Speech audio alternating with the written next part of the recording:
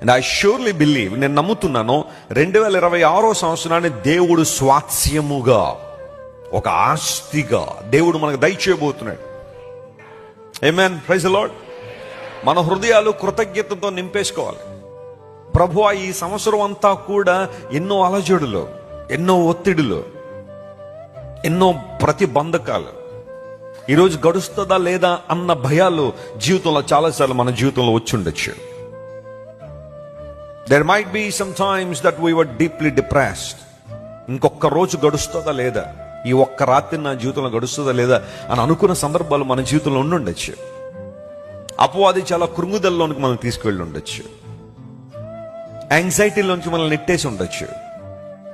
Loneliness ద్వారా అతి తీవ్రమైన బాధలు మనం పడి ఉండొచ్చు. బట్ స్టిల్ ఈ రోజుకి మనం బతుకున్నామంటే అది ఎవరి కృప? అది దేవుని కృప. God made it. దేవుడు చేశాడు.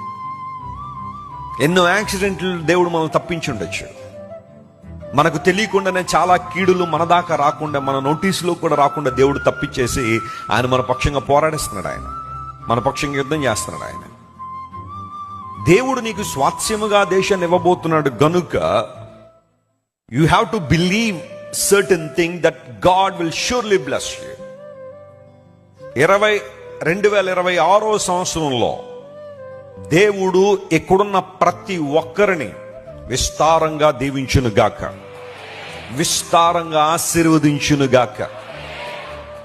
ఈ ఆశీర్వాదం ఎలాంటిదంటే కేవలం నేను భౌతిక సంబంధమైన ఆశీర్వాదం గురించి నేను మాట్లాడడం లేదు. Having a peaceful life is a blessing of God. శాంతిగా సమాధానంగా బ్రతకడం దేవుని ఆశీర్వాదం. ఆయన కొరకు జీవించడం దేవుని ఆశీర్వాదం. ఆయన పని చేయడం దేవుని ఆశీర్వాదం.